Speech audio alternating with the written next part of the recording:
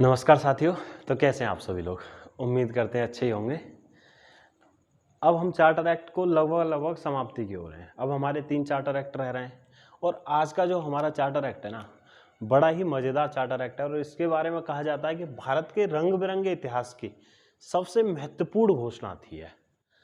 काफ़ी अलग अलग नामों से भी जाना जाता है इसे। भारत परिषद अधिनियम 1919, मॉन्टेग्यू चेम्सफोर्ड सुधार 1919 या फिर मॉन्टफोर्ड सुधार 1919 इत्यादि नामों से भी जाना जाता है। काफ़ी ज़्यादा भारत में यह भी कहते हैं कि उत्तरदायी शासन की स्थापना इसी चार्टर एक्ट के द्वारा की गई थी। देशवंदनीय व्यवस्था भी इसी चार्टर एक्ट के द्वारा आई थी। खैर, काफ़ी प्रावधान है, विस्तार से जानेंगे इस सबको, लेकिन उससे पहले हमेशा की तरह इसकी भूमिका, फिर इस एक्ट के क्या कारण थे, क्या वजह रही थी जो इस एक्ट के आने की वजह बनी, और फिर इस एक्ट के प्रावधान, और उसके बाद में इस एक्ट के गुण दोष, और उसके बाद में कुछ व्यक्ति या महत्वपूर्ण व्यक्ति या इसके बारे में कुछ महत्वपूर्ण कथन जो इस एक्ट के बारे में कहे गए थे। इन सारी चीज़ों को देखेंगे। तो ठीक है, शुरुआत करते हैं अपनी वीडियो की। तो आज हम क्या पढ़ने वाले? आज करने वाले हैं हम भारत परिषद अधिनियम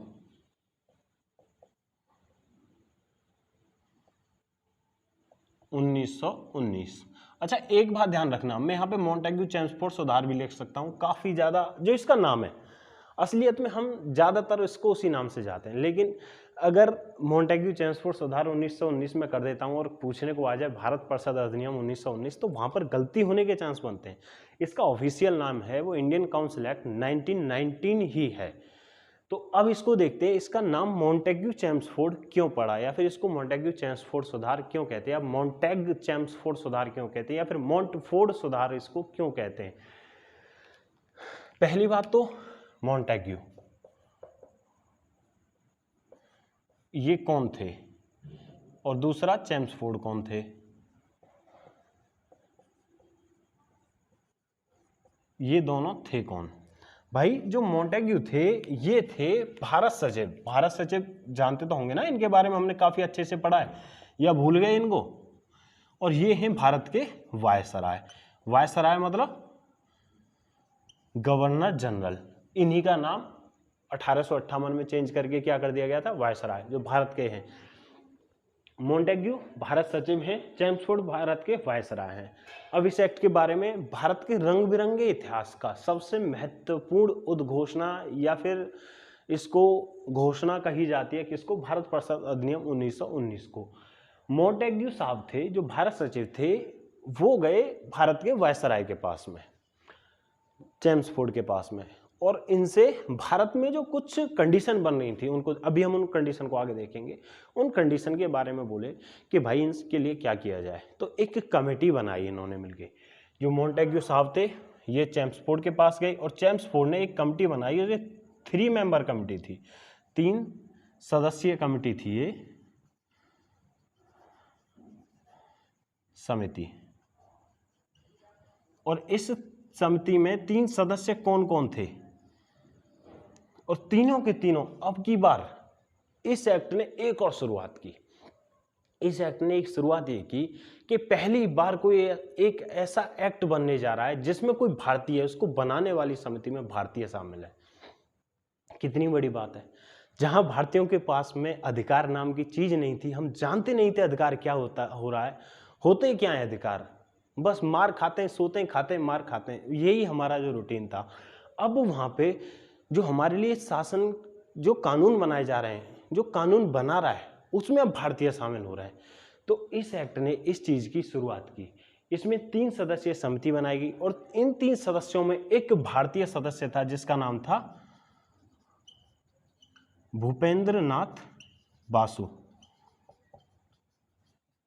एक साहब तो ये थे, दूसरे थे चार्ल्स रॉबर्ट, या रॉबर्ट चार्ल्स, कुछ भी कह लो, चार्ल्स रॉबर्ट। और तीसरे जो थे, तीसरे भी काफी महत्वपूर्ण है, यह इस एक्ट के आने की पीछे की वजह भी बने, उसको हम आगे देखेंगे जब हम कारण पढ़ेंगे। तो इनका नाम क्या है? William Duke. William Duke. अब ये ड्यूक साहब हैं कौन? जो विलियम, देखो भूपेंद्र नाथ बासु हैं, ये भारतीय सदस्य हैं जो इस कमेटी में शामिल हुए, जो एक सुधार लाने के लिए प्रस्तावित है। और इसने इस प्रस्ताव को अंतिम रूप दिया। जो भारत प्रसाद अधिनियम है 1919, इसी ही कमेटी ने इसको अंतिम रूप दिया था। दूसरे सदस्य इसमें चार्ल्स रॉबर्ट, इनको छोड़ दीजिए, दो सदस्य हमारे लिए जानने महत्वपूर्ण है, एक तो भूपेंद्र नाथ बसु और एक विलियम ड्यूक। विलियम ड्यूक इसलिए जानने महत्वपूर्ण है क्योंकि ये बंगाल के एक्स लेफ्टिनेंट गवर्नर थे। ध्यान रखना 1858 के बाद में बंगाल में जो गवर्नर जनरल होता था उसको खत्म कर दिया। अब बंगाल में लेफ्टिनेंट गवर्नर होगा, और जब तक बंगाल का गवर्नर जनरल नियुक्त ना हो जाए तब तक वहां पे लेफ्टिनेंट गवर्नर ही रहेगा। यह मैंने पहले ही बताया था आपको। और 1912 तक बंगाल में लेफ्टिनेंट गवर्नर ही रहा। तो विलियम ड्यूक बंगाल के एक्स लेफ्टिनेंट गवर्नर है, और जो भारत सचिव की परिषद है उसमें यह एक मेंबर भी है। तो काफ़ी बड़ी शख्सियतें यह भी इसमें शामिल है। और अब इनके आने की, इस एक्ट के आने के पीछे की वजह देखते हैं। यह तो हमारा एक भूमिका है कि क्या था एक्ट, मतलब एक्ट को बनने का, कौन कौन इसको बनाने वाली समिति है, क्या क्या सीन है इसमें, यह हो गया। एक्ट के क्या क्या नाम है, ये सारी चीज़ हो गई। अब इस एक्ट के आने के पीछे की वजह देखते हैं, क्या कहानी रही थी। जैसा कि हम हमेशा पढ़ते हैं कि भाई कोई अगर एक्ट आ रहा है या कोई कानून बन रहा है, कोई भी कानून बन रहा है, तो उसके पीछे कुछ ना कुछ तो वजह होंगी, जिन्होंने उस कानून को लाने के लिए कुछ कंडीशन बनाई होंगी, या फिर सरकार पे दबाव बनाया होगा, या फिर कोई ऐसी सिचुएशन बनी होगी जो कह रही है कि भाई कानून आना ही चाहिए। ऐसे टाइम पर अब क्या है, पहली वजह क्या है इसमें हम देखते हैं। पहला तो कारण या वजह, और उसमें पहली वजह क्या है। हमेशा की तरह पहली वजह भैया इसमें है 1909 का मार्ले मिंटो सुधार। 1909 का जो मार्ले मिंटो सुधार था उसमें काफ़ी ज़्यादा कमियां थी। अब एक बात मान के चलो, अभी फिलहाल गर्मी का टाइम है, भारी ज़्यादा गर्मी का टाइम, और भारी ज़्यादा प्यास लग रही है आपको, और कोई पानी के नाम पर बस गले में 2 बूंद पानी डाल दे और बोले बस इतना ही मिलेगा, क्या उससे प्यास बुझेगी? पॉसिबल है? 1909 के मार्ले मिंटो सुधार ने कुछ हमारे साथ में ऐसा ही किया कि एक प्यासे व्यक्ति को बस उसके गले में 2 बूंद पानी डाल के बोल दिया बस अभी आपको इतना ही मिलेगा, इससे ज़्यादा के अभी आप हकदार नहीं हो। तो क्या होगा? आदमी विचलित होगा कि नहीं होगा? बिल्कुल होगा साहब। वो ही कुछ यहाँ पर हुआ। 1909 का जो मार्ले मिंटो सुधार था, इसने भारतीयों को, इसने कोशिश की कि टुकड़ों में बांट दिया जाए। उदारवादियों को अलग, उग्रवादियों को अलग, मुस्लिमों को अलग, पूंजीपतियों को अलग, जमींदारों को अलग। और क्या होगा, इससे राष्ट्रवाद की भावना दब जाएगी। लेकिन ऐसा कुछ हुआ नहीं। हो क्या रहा था, भारत में स्वशासन की मांग हो रही थी।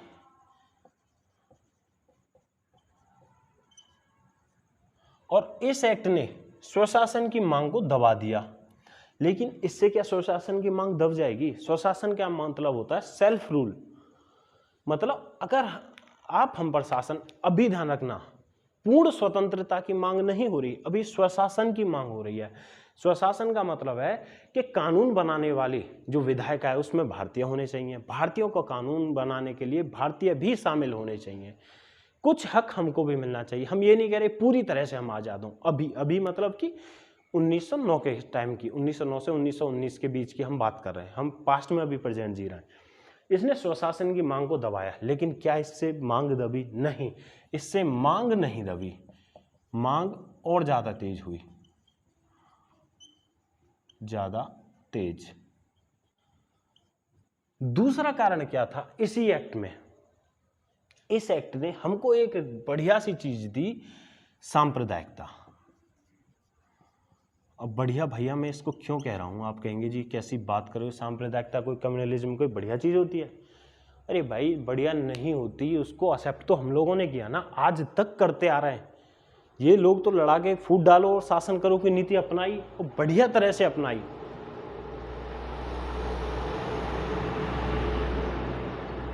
और उसी ही नीति को इन्होंने फॉलो किया, बढ़िया में फूट डाली, हम लोग आपस में लड़े, आज तक लड़ते आ रहे हैं, आगे का पता नहीं। और सांप्रदायिकता इनकी दीन, इससे क्या हुआ?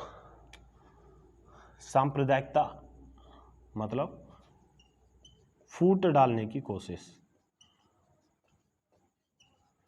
की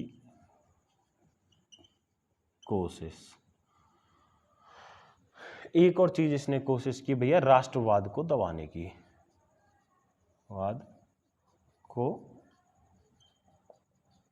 दबाने की। आप एक चीज तो जानते ही हो, कोई भी चीज हो एक लिमिट तक ही प्रेशर झेल पाती है। भाई साइंस सबने पढ़ा है हमने, अगर हद से ज्यादा अगर उस पर हम प्रेशर डालेंगे तो क्या होगा, टूट जाएगी, अपनी जो कंडीशन है उसको छोड़ देगी। यही कुछ यहाँ पर हुआ, इन्होंने राष्ट्रवाद को दबाने की कोशिश की, लेकिन राष्ट्रवाद दबा नहीं, राष्ट्रवाद और अपने पुरजोर तरीके से वापस आया। यह कुछ कारण रहे, यह एक कारण तो रहा 1909 का जो पार्लियामेंट सुधार है यह है। दूसरा क्या है, दूसरा कारण है भैया शासन की दमनकारी नीतियां। मतलब भारत सरकार है दमनकारी नीतियां। आप कहेंगे जी ऐसा क्या है इन दमनकारी नीतियों में। उदारवादियों को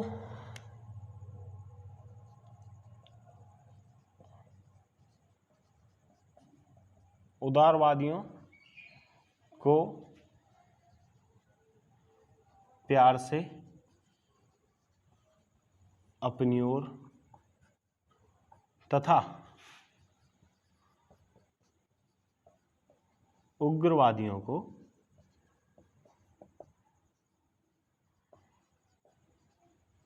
दमन नीति से।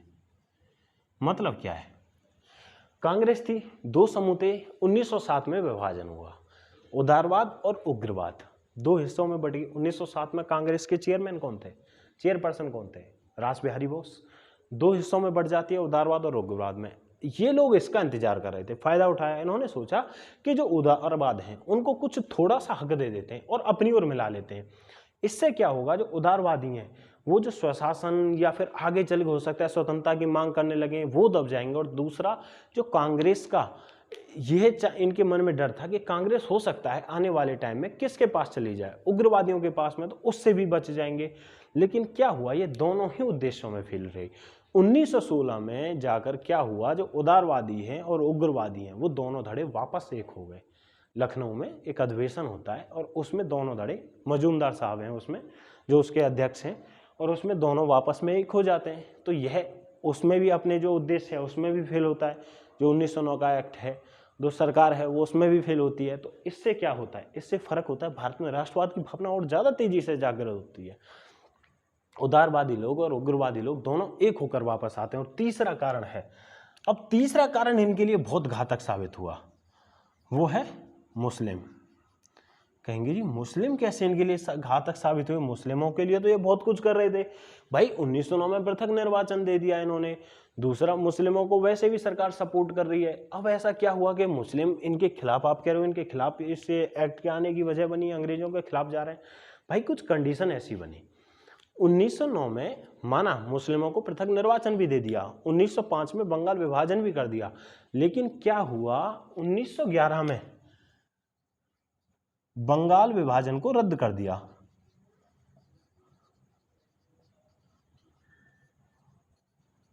अगर एक क्वेश्चन यहां से भी क्लियर है कि बंगाल विभाजन रद्द कब हुआ पूछने को आ जाए तो कब होता है दादा, ये होता है भैया 1911 में। 1911 में बंगाल विभाजन रद्द होता है। अब ऐसे ही टाइम पे इटली और तुर्की, लिख ही देता हूं मैं,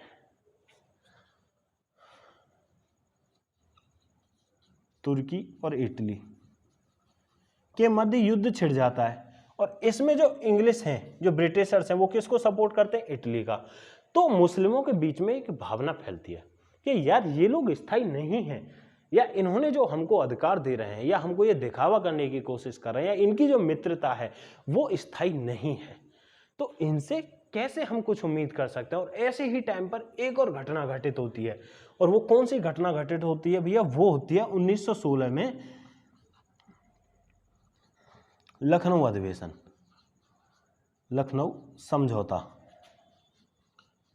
ये क्या था, उदारवादी और उग्रवादी वाला नहीं रे भैया, वो अलग चीज थी। उदारवादी उग्रवादी दोनों एक हुए थे इस ही 1916 में, लेकिन 1916 में एक और घटना घटित हुई थी। वो क्या घटना थी, वो घटना ये थी कि मुस्लिम लीग और कांग्रेस दोनों के बीच में एक समझौता हुआ, दोनों के बीच में एक कॉमन समझौता ज्ञापन आया, उस पर हस्ताक्षर हुए कि यह हमारा कॉमन उद्देश्य है।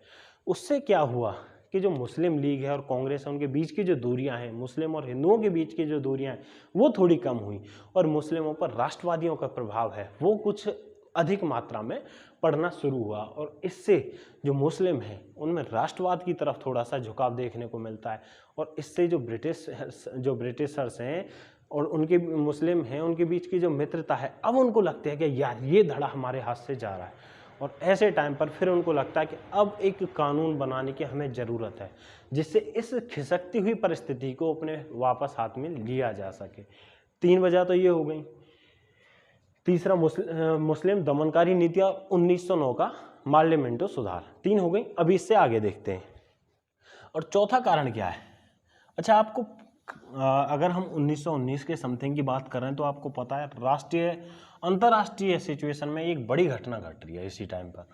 और 1919 में वो बड़ी घटना कौन सी है भाई? थोड़ा सा दिमाग पर जोर डालो। पड़ा जोर? आया ध्यान? नहीं? चलो, प्रथम विश्व युद्ध। अब प्रथम विश्व युद्ध का आप कहोगे कि हमसे क्या लेना देना भाई, इस एक्ट से क्या लेना देना हमसे? चलो ठीक है, एक्ट से क्या लेना देना है? बिल्कुल है। क्या है? प्रथम विश्व युद्ध से पहले उस पीरियड पे एक थे लॉर्ड हार्डिंग। अब ये जो लॉर्ड हार्डिंग थे ना, ये दबा के लगे हुए थे प्यार से। बोले भारतीयों को ना थोड़ा प्यार से मनाओ और अपनी ओर शामिल करो जिससे ये प्रथम विश्व युद्ध में शामिल हो सके। बड़े प्यार से भारतीयों को शामिल करने की ओर लगे, कुछ आश्वासन दे रहे हैं, प्रलोभन दे रहे हैं। हम लोग मान जाते हैं ना, जल्दी मान जाते हैं यार, अपन ज़्यादा देर तक गुस्सा रह ही नहीं सकते। Lord Hardinge. दूसरे जॉर्ज लायड, इन्होंने एक बात कही थी और भारतीयों पर उसका प्रभाव पड़ा। इन्होंने कहा हर राष्ट्र को अपना भाग्य निर्माण करने की आज़ादी है। अब इससे भारतीयों के मन में ना एक बात गई कि यार हर राष्ट्र को, जब इतना बड़ा व्यक्ति एक बात कह रहा है कि हर राष्ट्र को अपना भाग्य निर्माण करने की आज़ादी है, तो भारत भी तो एक राष्ट्र है ना, तो हमको भी हो सकता है ये अपना भाग्य निर्माण करने की आज़ादी दे दें। ऊपर से एक तीसरी घटना, प्रथम विश्व युद्ध के उसमें जो मित्र राष्ट्र थे, इन तीनों को ही आप ध्यान रखना, कहीं भूल जाओ। मित्र राष्ट्रों ने कहा कि हम निजी स्वार्थ के लिए युद्ध में नहीं कूदे भाई, हम तो जो जनमानस है उसकी रक्षा के लिए युद्ध में कूदे। अब भारतीयों के मन में एक बात बैठ गई, बोले यार क्या उच्च विचार हैं इन लोगों के, बताओ अपने तो स्वार्थों के लिए युद्ध नहीं कर रहे, इतनी बड़ी अगर इनकी जन और धन हानि होगी, अपने स्वार्थों के लिए ये लोग उसे नहीं कर रहे। इनके जो बड़े बड़े नेता हैं वो ऐसी ऐसी बड़ी बड़ी बातें कर रहे हैं, तो हो सकता है युद्ध के बाद में इनके मन में विचार आ जाए कि यार भारतीयों को भी थोड़ा सा अपना शासन का अधिकार दे दो। विश्वास कर लिया, मैंने कहा ना हम लोग जल्दी विश्वास कर लेते हैं, कर लिया, मार खाई अलग बात है। इसी प्रथम विश्व युद्ध के दौरान जो कहते हैं गांधी जी अंग्रेजों के एजेंट थे, कहा जाता है क्योंकि भर्ती करने वाले एजेंट थे, उन्होंने प्रथम विश्व युद्ध में भारतीयों को शामिल होने के लिए कहा था, क्योंकि अंग्रेजों ने कहा था कि हम आपको स्वशासन दे देंगे। बाद में विश्व युद्ध खत्म हुआ, बोले कौन तुम, कैसे थे, मारेंगे रैपट अगर स्वशासन की बात की तो। अब क्या कर सकते हैं साहब, पावर हमारे पास है नहीं, कैसे लड़ेंगे भाई, शस्त्र पावर तो हमारे पास अंग्रेजों के मुकाबले कुछ है ही नहीं। उन्होंने जब कहा मारेंगे, हम कर क्या लेंगे अपना, बोले चुप है, ठीक है जी। आए गांधी जी लेके लठिया बैठ गए, 1000-2000 आदमी और बैठ गए। बड़ी दिक्कत अंग्रेजों के सामने, बोले मारें तो मारें कैसे इनको। खैर आगे निकल जाते हैं हम, जब गांधी जी का आंदोलन पढ़ेंगे तब देखेंगे हम पूरा का पूरा क्या टाइमिंग थी उस बंदी की, कैसे उन्होंने एक कंडीशन में हमको राष्ट्रीय चेतना जगाई। अलग चीज है, आगे देखेंगे। अभी आते हैं हम यहाँ पर वापस। मित्र राष्ट्रों ने कहा भाई हम अपने निजी स्वार्थों के लिए नहीं बल्कि जनमानस की रक्षा के लिए युद्ध में कूदें। फर्क पड़ा, हमने विश्वास किया ठीक है, हो सकता है हमको युद्ध की समाप्ति के बाद में कुछ अधिकार मिल जाए। ऐसा हुआ कुछ नहीं, वो अलग बात है, कोई अधिकार नहीं मिला। और उसी वजह से अब जब ये दिखने लगा ये कोई अधिकार नहीं दे रहे, तो फिर होम रूल लीग, अच्छा अभी क्या फ़ायदा लिखने से, मैं अभी आपको एक कहानी की तरह बता रहा हूँ।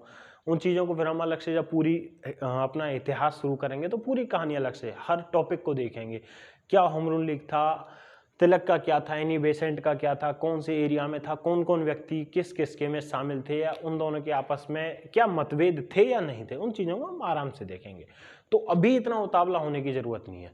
अगर ऐसे करेंगे तो पूरा फिर आधुनिक इतिहास हमको लेके चलना पड़ेगा, एक्ट हमारे पीछे छूट जाएंगे। जो एक्ट है अभी हमको उसको समझना है, इसके पीछे की कहानी क्या है। प्रथम विश्व युद्ध है, इन्होंने स्वशासन की बात की, बाद में मुकर गए, दिया नहीं।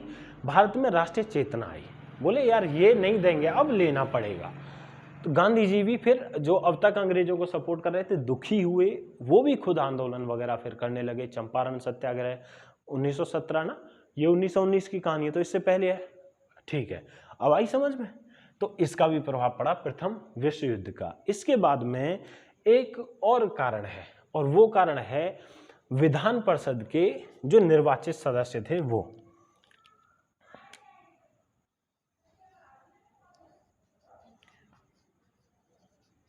निर्वाचित सदस्य का पत्र या फिर शपथ पत्र। भैया ऐसा क्या था, ये निर्वाचित पत्रों ने क्या कहा। ऐसा हुआ जैसे ही मॉन्टेग्यू साहब आए, वायसराय चेम्सफोर्ड से उन्होंने कहा प्रस्तावित सुधारों का एक प्रस्ताव लाए, और वो प्रस्तावों का सुधार पहुंचा विधान परिषद में। यहाँ पर 19 सदस्य थे जो निर्वाचित थे।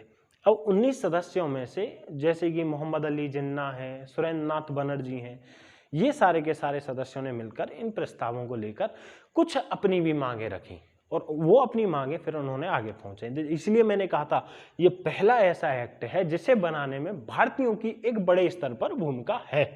हाँ जी है, इससे पहले कोई हमारी बड़े स्तर पर भूमिका नहीं थी। कोई एक सदस्य शामिल हो गया अलग बात है, लेकिन हमारी बड़े स्तर पर कोई भूमिका नहीं इसमें है।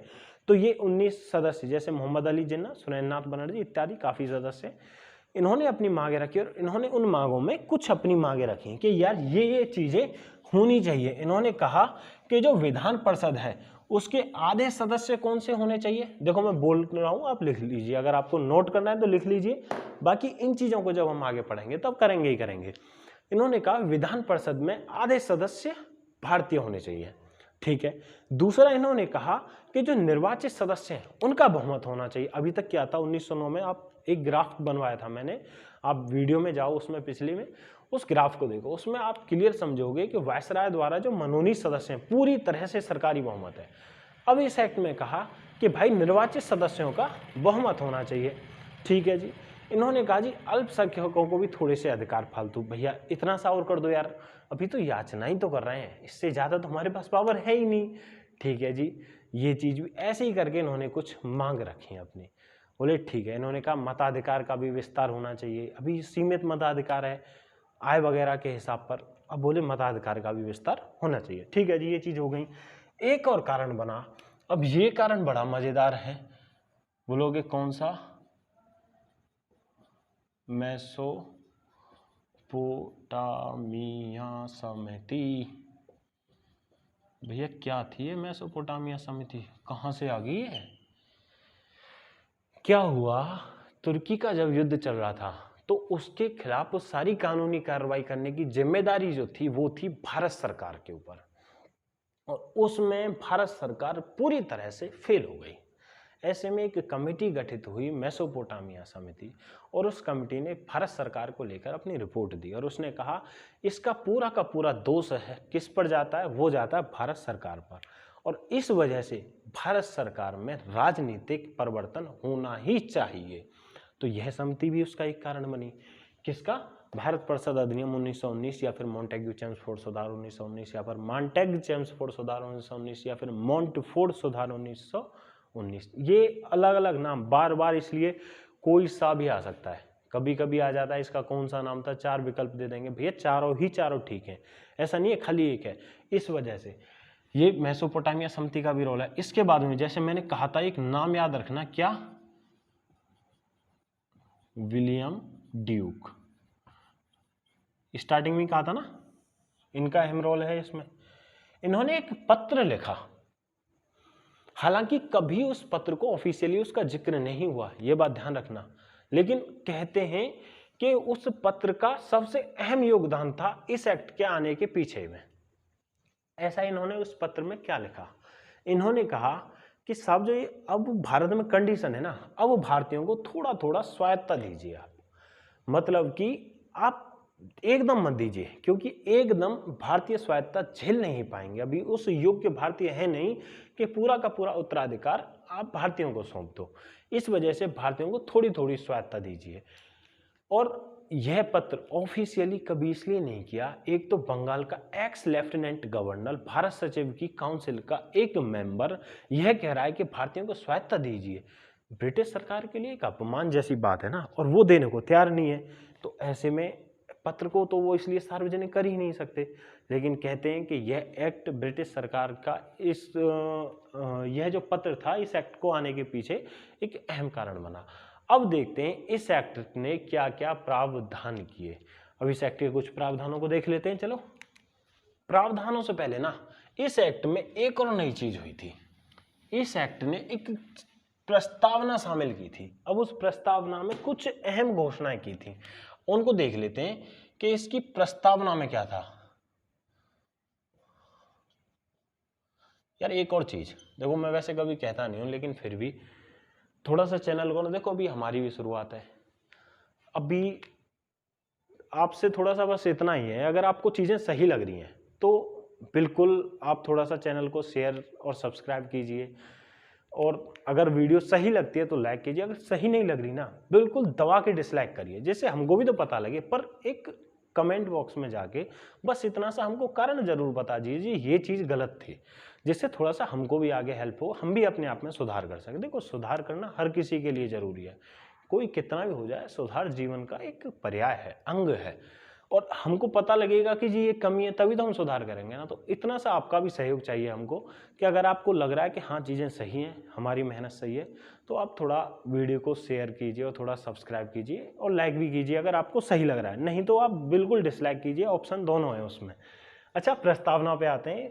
इस प्रस्तावना में एक चीज़ कही, इसने कहा, एक बात कही कि जो भारत है वो ब्रिटिश साम्राज्य का अभिन्न अंग है। भारत ब्रिटिश साम्राज्य का अभिन्न अंग। अब ये बात क्यों ऐड की, इसका कोई महत्व था? क्या जरूरत थी यार, अधिकार तो था ही इनका हमारे ऊपर, क्या वजह थी इस बात को ऐड करने की? एक कारण था। क्या था? भारत में स्वशासन की मांग हो रही थी, और ब्रिटिश सरकार यह दिखाना चाह रही थी कि बाबू कितना भी स्वशासन मांग लो, देंगे, अपने हिसाब से देंगे, लेकिन यह मत भूलना कि तुम हमारे ही उपनिवेश हो। इसलिए इन्होंने कहा कि जो भारत है वो ब्रिटिश साम्राज्य का अभिन्न अंग है, यह जताने के लिए कि किसी भी कंडीशन में हमको भ्रम नहीं हो जाए कि हम ब्रिटिशर से ऊपर हैं या ब्रिटिशों का अब हम पर से अधिकार खत्म हो रहा है। ये दिखाना चाहते हैं कि दादा भूल मत जाना, नहीं फिर मारेंगे। इस वजह से भारत ब्रिटिश साम्राज्य का अभिन्न अंग है, इसमें क्लियर बताया। इसने कुछ और बातें की, अब उन बातों को समझ लीजिए। इस प्रस्तावना ने कहा, इन्होंने कहा अभी भारत में एकदम तो हम स्वशासन दे नहीं सकते, उत्तरदायी सरकार हम दे नहीं सकते। इन्होंने कहा भारत में धीरे धीरे धीरे धीरे करके हम उत्तरदायी सरकार या फिर जो स्वायत्तता है वो देने की कोशिश करेंगे। इन्होंने कहा हम धीरे धीरे करके प्रांतों में भी स्वायत्तता देंगे। इन्होंने कहा भारत में धीरे धीरे करके जो प्रशासनिक स्वायत्तता है वो भी भारतीयों का प्रशासनिक जो व्यवस्था है उसमें योगदान सनही सनही मतलब धीरे धीरे बढ़ाएंगे। ऐसी कुछ बातें इन्होंने, यानी ये अपने आप में बड़ी बात है।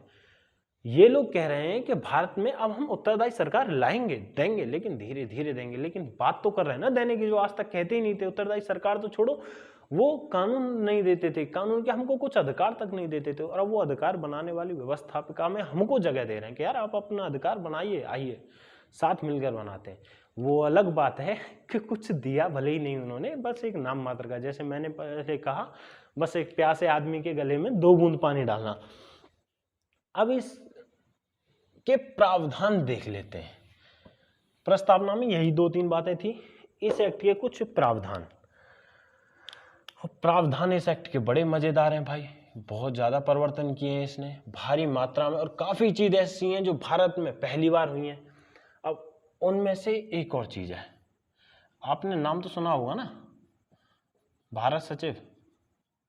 आज लिखने में बड़ी गड़बड़ी हो रही है, क्या बात है। हाँ जी, यहां भी कुछ चेंज किया। अब भारत सचिव में क्या चेंज किया, कब हुई थी भारत सचिव, इनकी स्थापना, इस पद की स्थापना, ध्यान करो, ईमानदारी से बताना जब भी वीडियो देख रहे हो, कमेंट सेक्शन में जाके कब हुई है स्थापना।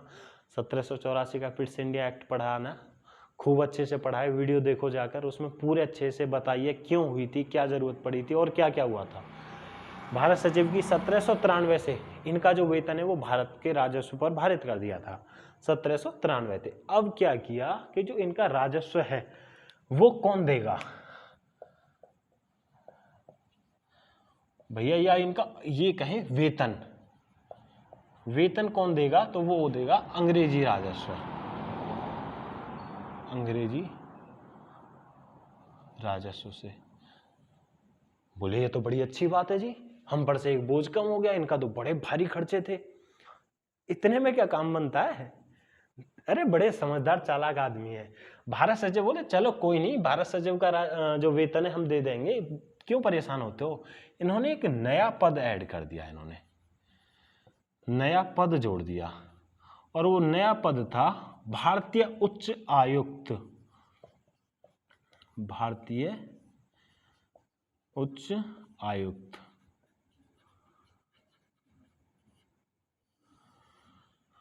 क्या बोलते हैं इसको, इंडियन हाई कमिश्नर।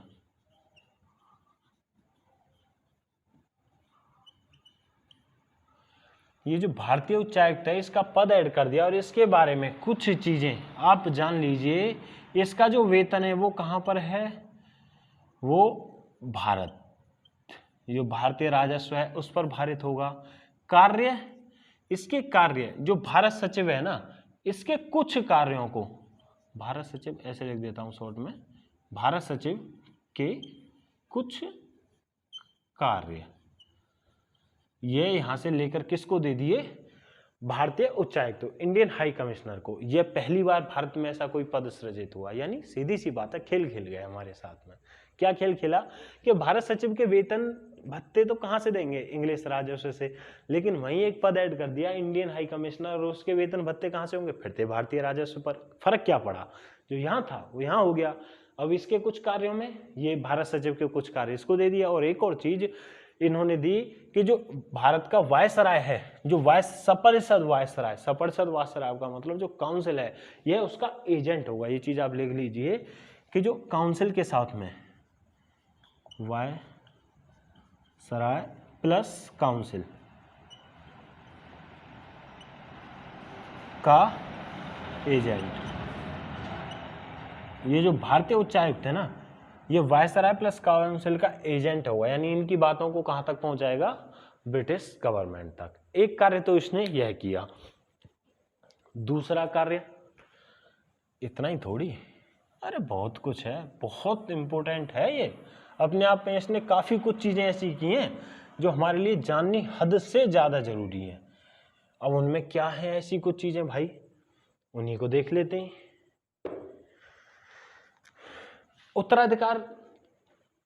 उत्तराधिकारी शासन व्यवस्था देने की तो इनके मन में कोई बात थी ही नहीं, तो देने का कोई मतलब बनता ही नहीं।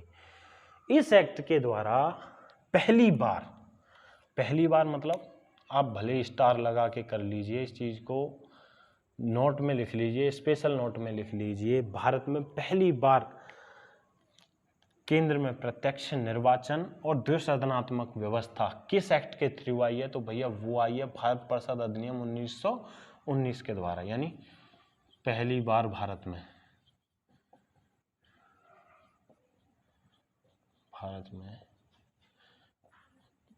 प्रत्यक्ष निर्वाचन तथा केंद्र में द्विसदनात्मक व्यवस्था व्यवस्था ये कहां से आ रही है? तो दादा ये आ रही है भारत परिषद अधिनियम मॉन्टेग या फिर बोले हम मॉन्टेग्यू चैम्सफोर्ड सुधार 1919 के द्वारा। अब ये द्विसदनात्मक व्यवस्था है, इसमें 2 सदन बने। कौन कौन से 2 सदन है भैया? एक तो राज्य परिषद और एक विधान परिषद। विधानसभा भी बोलते हैं जैसे, और एक हो गया राज्य परिषद या फिर राज्यसभा, राज्यसभा या परिषद। अब इन दोनों में एक एक खास चीज है, वो जाननी जरूरी है। जो विधानसभा है इसका कार्यकाल कितना होगा? 3 वर्ष। और जो गवर्नर जनरल या फिर वायसराय है ये इसको बढ़ा सकता है अगर चाहे तो। विधानसभा। राज्यसभा, इस एक्ट ने व्यवस्था दी कि राज्यसभा में महिला नहीं होंगी, महिला नहीं। जो दूसरा सदन बनाया उसमें महिलाओं को प्रवेश की अनुमति नहीं थी, या फिर महिलाओं को राज्य परिषद में प्रवेश के योग्य नहीं माना, राज्य परिषद की सदस्यता के योग्य नहीं माना। ये हो गया। तीसरा है, इस एक्ट ने एक बहुत ही या फिर बोले जिस चीज के लिए जाना जाता है एक और महत्वपूर्ण व्यवस्था,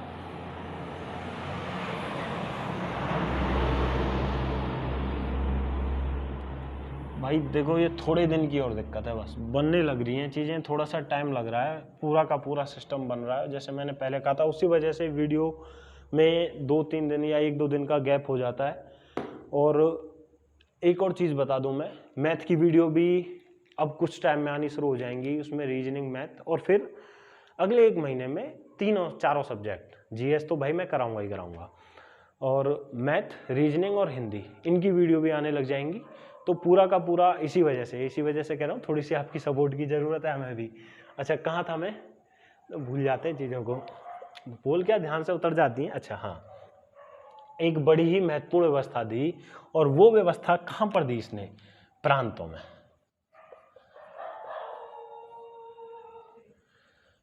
प्रांतों में द्वैध शासन की स्थापना की गई इस एक्ट के द्वारा। प्रांतों में द्वैध शासन व्यवस्था।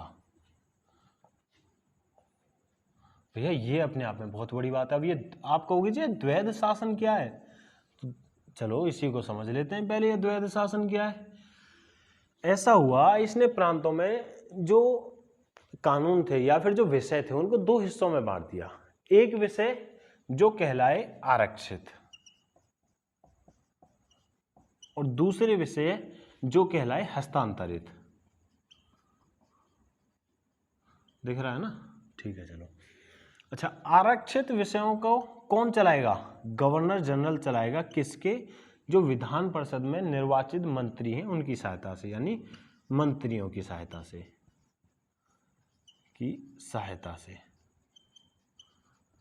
अब इसमें विषय कौन कौन से रखे गए? या तो जो राष्ट्रीय महत्व के हैं या फिर जो 1 से अधिक प्रांतों के मामले में आते हैं वो विषय रखे गए आरक्षित में। और हस्तांतरित कौन? वही राज्य प्रशासन। इसमें भी कौन कौन से, अब इनमें कुछ विषयों को देख लेते हैं। जैसे भैया जैसे सैन्य मामले हैं वो आएंगे, कानून मतलब दीवानी फौजदारी ये दोनों इसमें आएंगे, संचार व्यवस्था यह इसमें आएगी, डाक और तार व्यवस्था ये किस में आएगी? यह भी इसमें आएगी। अब इसमें कुछ विषयों को आप ध्यान रखना, सिंचाई व्यवस्था, इस पे मैं घेरा कर रहा हूँ, इसको बाद में समझाऊंगा। सिंचाई इसमें आई है। कल कारखाने यानी जल कारखाने, जल सेवा और कारखाने यह किस में है? यह भी इसमें है। और इसके बाद में जो ईटीसी कर देते काफी विषय हैं ऐसे। इसमें कौन कौन से विषय हैं? इसमें स्वास्थ्य है, शिक्षा है, और कौन कौन से हैं? इसमें भैया कृषि है। कृषि कहाँ पे रखी गई है? कृषि है हस्तांतरित इस विषय में। और इसमें उद्योग हैं, उद्योग भी इसी में रखे गए। और अकाल सेवा, अकाल सहायता, इसने कहा भैया अपने राज्य की महामारी से खुद निपटो, हमारा कोई लेना देना नहीं है। ऐसे ही ETC इसमें कर देते हैं। यह कहाँ पर रखे गए, यह यहाँ पर रखे गए। अब इसमें मैंने दो चीज़ों पे घेरा किया, सिंचाई और कारखाने। यहाँ पर भी दो जगह घेरा करता हूँ, कृषि और उद्योग। अब इनको समझते हैं। इसने विषयों को बांट दिया, आरक्षित और हस्तांतरित। ठीक है, कोई दिक्कत नहीं जी, बांट दो, हमें क्या है। आरक्षित विषय जो गवर्नर जनरल है वो अपने मंत्रियों की सहायता से, जो मंत्री हैं उनकी सहायता से करेगा, या जो विधान परिषद में निर्वाचित सदस्य मंत्री हैं उनकी सहायता से। ठीक है जी, कोई दिक्कत नहीं। आरक्षित विषय जैसे सैन्य कानून, सैन्य व्यवस्था है, कानून है, संचार है, विदेशी मामले हैं, डाकतार व्यवस्था है, फौजदारी दीवानी कानून मामले हैं, सिंचाई व्यवस्था है, कारखाने हैं, यह सब रखे गए इसमें। जल संभरण, जल संभरण ये कहाँ पे रखा गया, ये रखा गया हस्तांतरित विषय में। अब आप एक चीज देखो, क्या सिंचाई को आप कृषि से अलग कर सकते हो? पॉसिबल है? भाई नहीं है। कारखाने क्या उद्योग से अलग हो सकते हैं? पॉसिबल है? नहीं है। इसी चीज को लेके आगे चल के विवाद गहराता है, उसको हम आगे समझाएंगे जब इसके हम दोष देखेंगे। अभी हमने क्या समझ लिया कि प्रांतों में द्वैध शासन की स्थापना होती है, आरक्षित और हस्तांतरित दो भागों में बांटे जाता है, और यह द्वैध शासन कब से लेकर कब तक चलता है? तो भैया ये 1 अप्रैल 1921 से लेकर कब तक चलता है? 1 अप्रैल 1937 तक प्रांतों में द्वैध शासन चलता है। 1921 में यह जो ये मॉन्टेग्यू चेम्सफोर्ड सुधार हैं यह लागू होते हैं, तब से लेकर 1937 से 1 अप्रैल तक यह द्वैध शासन प्रांतों में चलता रहता है। यह व्यवस्था हो गई, ठीक है जी। अब इस एक्ट के और भी बहुत प्रावधान है, यही थोड़ी है प्रावधान, तो इस एक्ट में बहुत कुछ है भाई, बहुत कुछ है। और भी तो इस एक्ट ने कुछ पहली बार किया है, तो पहली बार और इस एक्ट ने क्या किया है? इस एक्ट ने उत्तरदायी शासन शब्द का पहली बार इस्तेमाल, उत्तरदायी शासन शब्द पहली बार सामने आया, पहली बार इस ही एक्ट में इस्तेमाल किया गया। इसके बाद अभी तक भारत में महिलाओं को वोटिंग का राइट नहीं था। इस एक्ट ने पहली बार सीमित मात्रा में महिलाओं को मतदान का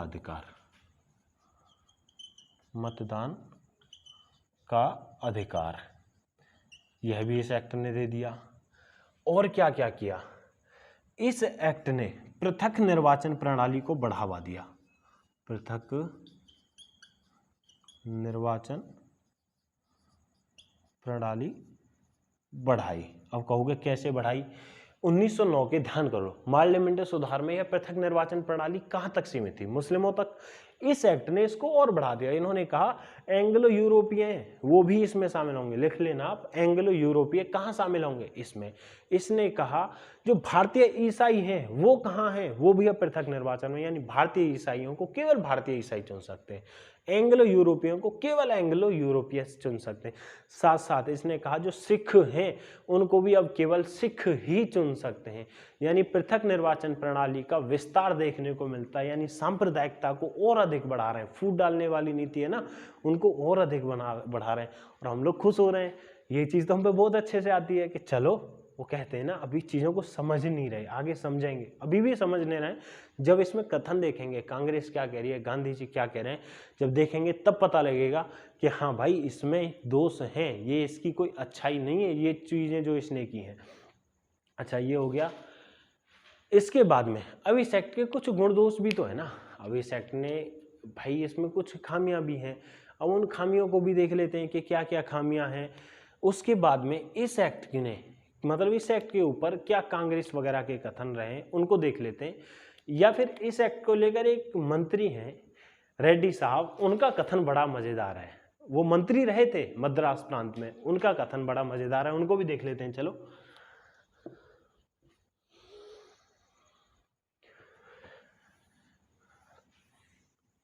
अरे दो चीज तो अभी रहेगी इस एक्ट में, और बड़ी जबरदस्त चीजें। आप कहोगे जी ऐसे कैसे छोड़ सकते हो उन दो चीजों को? भाई लोक सेवा आयोग का गठन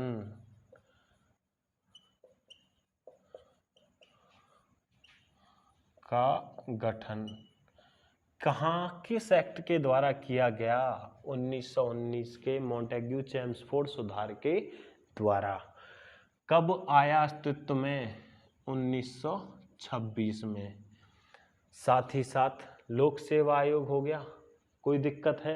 अच्छा, लोक सेवा आयोग का मतलब आज वही जो ISPCS का कंडक्ट करता है एग्जाम, UPSC, और साथ ही साथ राज्यों में जो PCS है वो, यह कहाँ कब अस्तित्व में आता है? यह आता है अस्तित्व में कब? 1926 में। इसके बाद में जो राज्य का बजट है, राज्य बजट को अलग कर दिया। कहां से? केंद्र से। यानी केंद्र से राज्य बजट को अलग भी किस एक्ट के द्वारा किया गया? 1919 के। अच्छा, 1921 में एक और चीज की गई कि अभी ध्यान रखना, आपको कमेटी का नाम नहीं बताऊंगा, कमेटी का नाम आपको सर्च करके खुद बताना है। अभी कुछ ही वक्त पहले, कुछ वर्षों पहले फिर से उसको अलग अलग कर दिया है। इस एक्ट में रेल बजट को केंद्रीय बजट के साथ में मर्ज कर दिया था। 1921 में मर्ज किया था, बाद में अभी कुछ वर्ष पहले उसको अलग अलग किया है। तो आपको उस कमेटी का नाम बताना है कि किस कमेटी की सिफारिश पर उसको मर्ज किया था। अच्छा, इसने एक और व्यवस्था दी। इसने कहा एक आयोग का निर्माण होगा और वह 10 वर्ष बाद होगा और वह बताएगा क्या यह एक्ट कामयाब है या एक्ट कामयाब नहीं है। इसकी खामियों को, मतलब इस एक्ट की जो विस्तार है या फिर इस एक्ट का यह सही चल रहा है नहीं, इस चीज़ को देखकर बताएगा। 1919 में आया है एक्ट, 10 साल बाद यानी 1929 में आना था, लेकिन 2 साल पहले वह आता है। कमीशन जो सामने आता है, जो इसने कहा था 10 साल बाद एक समिति बनेगी, वह समिति 2 साल पहले ही आती है, 8 साल बाद ही आती है। 1927 में और उस समिति का नाम पड़ता है साइमन कमीशन। नारा लगता है ना, साइमन गो बैक, उसी समिति के लगता है, उस समिति के लिए लगता है क्योंकि उसमें एक भी भारतीय सदस्य नहीं था, इस वजह से। अब इस एक्ट के भैया कुछ देख लेते हैं दोष, फिर इसके बारे में कुछ कथन वगैरह। इस एक्ट के दोष, अच्छा ये चलो जी हाथ का,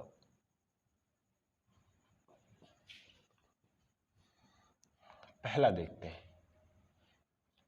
आपकी नजर में क्या होगा? कुछ आ रहा है नजर में? सीमित मताधिकार। आप कह रहे हो कि निर्वाचित सदस्यों की संख्या बढ़ा रहे हैं, ठीक है जी बढ़ा दो, लेकिन निर्वाचित सदस्यों को चुन कितने लोग रहे यह भी तो बताइए। निर्वाचित सदस्यों को बहुत ही सीमित मात्रा में लोगों के द्वारा चुना जा रहा है, क्योंकि उनके पास वोटिंग राइट ही नहीं है। आप कितना टैक्स पे कर रहे हो उसके आधार पर आपको निर्वाचन मताधिकार मिलता है। और कितने लोग भारत में टैक्स पे कर रहे हैं, आप ये बात खुद सोचिए। भारत में कितने लोग हैं जो टैक्स पे कर रहे हैं? बहुत थोड़े से लोग हैं। अभी तो लोग भूखों मर रहे हैं यार, टैक्स पे करने की कहां कंडीशन है हमारी। तो सीमित मताधिकार। दूसरा,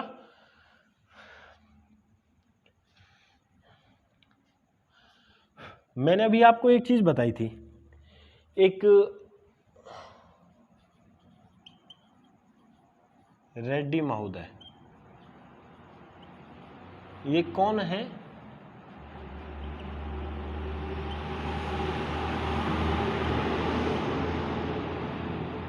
मद्रास के मंत्री हैं ये, और इन्होंने एक बात कही थी, मैं विकास मंत्री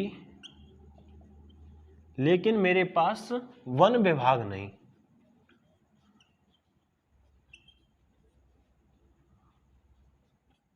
समझेंगे इनका मतलब क्या निकलता है, रुकिए थोड़ा सा बस। मैं सिंचाई मंत्री लेकिन मेरे पास सिंचाई विभाग नहीं। मतलब इससे क्या निष्कर्ष निकलता है? इस एक्ट ने जो राज्यों में विषयों का हस्तांतरण मतलब बंटवारा किया था, वो बड़ा ही गलत तरीके से बंटवारा किया। आरक्षित विषय और हस्तांतरित विषयों को इस हिसाब से बांटा कि किसी के पास कुछ अधिकार ही नहीं रहा। सिंचाई को कर दिया आरक्षित और कृषि को कर दिया हस्तांतरित। अब आप एक बात बताइए, क्या सिंचाई को कृषि से अलग किया जा सकता है? अब कोई कारण होता है, अगर किसी को सिंचाई को लेके कुछ दिक्कत आती है मतलब, और वो जाता है मंत्री के पास में, और मंत्री कहते हैं साहब कोई नहीं, ये तो कृषि का मामला है ना, आप कृषि में सिंचाई कर रहे हो तो कृषि वाले विभाग के पास जाइए। तो कृषि विभाग कहाँ पे हस्तांतरित, अब उसको कृषि वाले विभाग के पास जाना पड़ता है।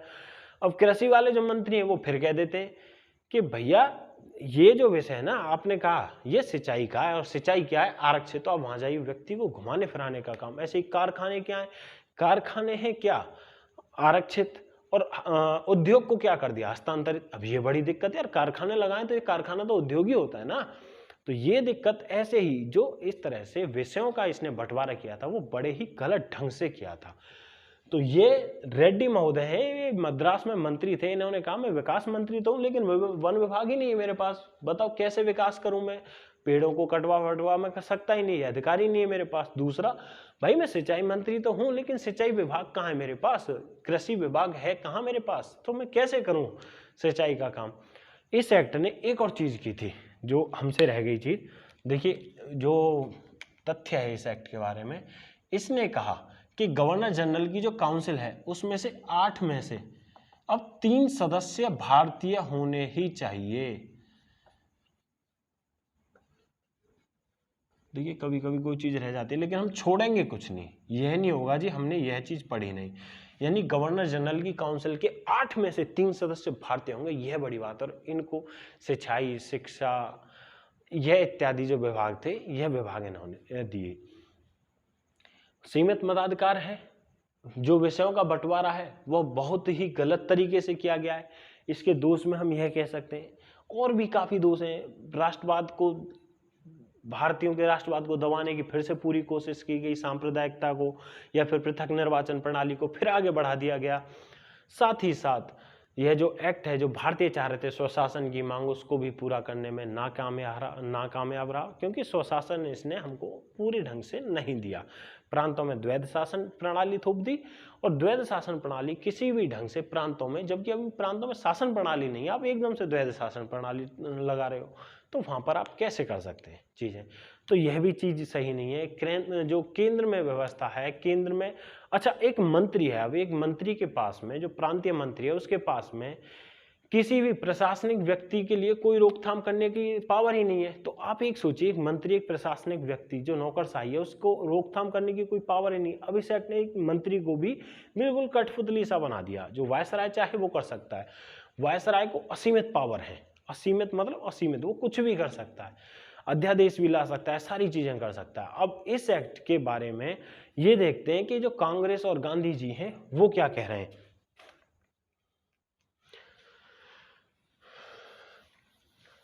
विचार कभी कभी पूछने को आ जाता है, यह किसने का, और पीसीएस वगैरह में तो भाई खूब आता है। पीसीएस क्या, ये जो स्टेट पीसीएस वगैरह के एग्जाम है ये, या फिर एसएससी वगैरह के एग्जाम है, इनमें बिल्कुल आता है। अच्छा अब पूछने को आ जाए, निराशाजनक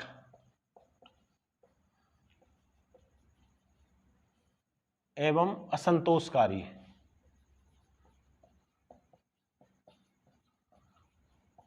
किसने कहा, तो हमको पता होना चाहिए यह किसने कहा। यह कहा कांग्रेस ने। कांग्रेस ने कहा यह जो एक्ट है बड़ा ही निराशाजनक है, जो हमने चाहा वो तो इन्होंने दिया ही नहीं, भाई हमारे साथ तो ये खेल खेल गए।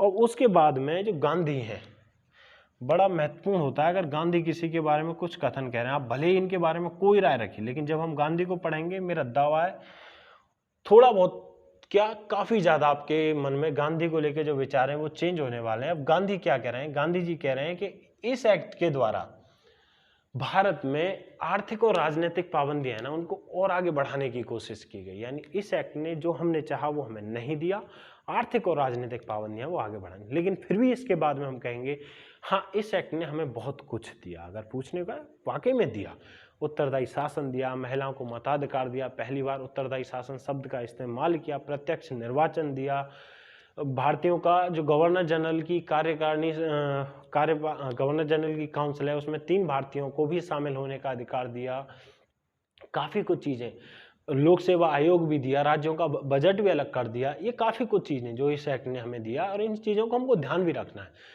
अधिकार एक साथ नहीं मिलते, थोड़े थोड़े ही मिलते हैं, और थोड़े थोड़े मिलके ही तभी हम अधिकारों के बारे में जानना शुरू करते हैं। जैसे प्रथम विश्व युद्ध हुआ, उसी में हमने जाना कि स्वतंत्रता क्या होती है।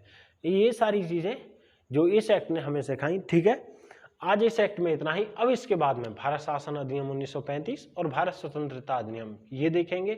लेकिन उससे पहले एक बार जरूर भाई, अगर आपको लग रहा है कि हम सही कर रहे हैं तो आप चैनल को जरूर शेयर और सब्सक्राइब कीजिए, वीडियो को लाइक कीजिए। अगर वीडियो पसंद नहीं आ रही आप हमें कमेंट में बताइए क्या कमी है और वीडियो को बिल्कुल डिसलाइक करिए। धन्यवाद दोस्तों, नमस्कार।